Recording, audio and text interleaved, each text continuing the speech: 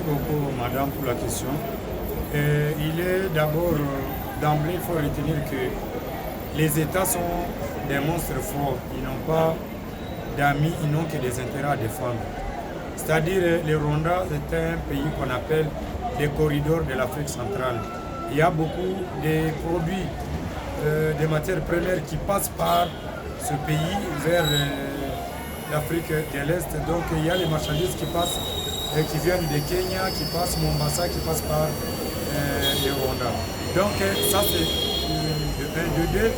Il faut comprendre que ce n'est pas aujourd'hui que nous allons nier l'existence d'un État comme le Rwanda.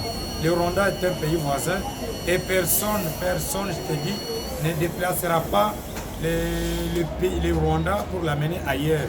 Et où personne ne déplacera pas la RDC pour l'amener ailleurs. Je vous ai toujours dit que les pays ne fonctionnent pas sur base des émotions. La RDC en tant que pays-nation dans le Conseil des Nations Unies, ses actions sont conduites par les principes sacro-saints de sa politique étrangère, notamment le bon voisinage et l'ouverture au monde. C'est-à-dire les actions du gouvernement se réfèrent à ces principes sacro-saints. Donc nous devons voir dans quelle manière nous devons avoir des conflits avec les voisins, dans quelle manière nous pouvons aussi avoir la paix avec les mêmes voisins. Il faut comprendre qu'on combat l'ennemi de l'ennemi avec son ennemi.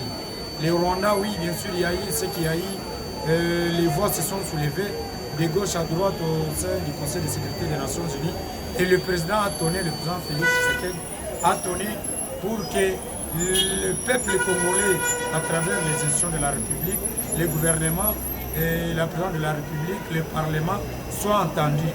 Et je crois que ça a été fait. Mais pour le moment, les États opèrent sur base des accords internationaux ou régionaux. Donc, que la présence rwandaise au sein de cette force régionale ne puisse pas nous inquiéter. Nous traitons avec les États.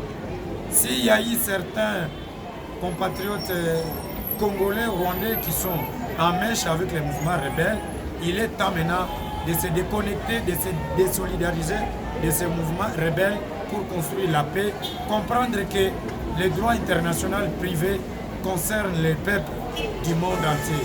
Et le peuple rwandais, ce n'est pas tous les Rwandais qui attaquent le peuple congolais, et ce n'est pas tous les peuples congolais qui attaquent le peuple rwandais. Donc nous devons nous baser sur base de nos principes de la politique étrangère et soutenir les institutions de la République et comprendre que les États en politique, il n'y a pas de règles comme en droit. En politique, c'est un consensus. On peut toutefois prendre une décision le matin, c'est pour faire entendre son agenda diplomatique.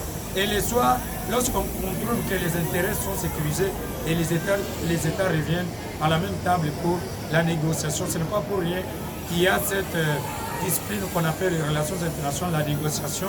C'est pour enterrer la guerre ou les contestations entre les États dans le but de pérenniser la paix et la sécurité internationale voulue par la Charte des Nations Unies où nous sommes tous membres, et les Rwandais et les Congo. Voilà un peu ce que je peux dire à ce niveau-là.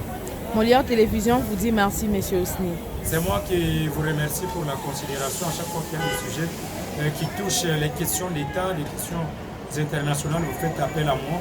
C'est ici où nous devons nous unir à l'interne, soutenir nos forces armées. Je vous ai toujours dit qu'en matière de la sécurité, on n'a jamais été mieux servi que par soi-même.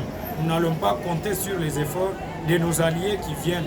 Ils viennent, c'est par rapport aux engagements pris au niveau international et au niveau régional.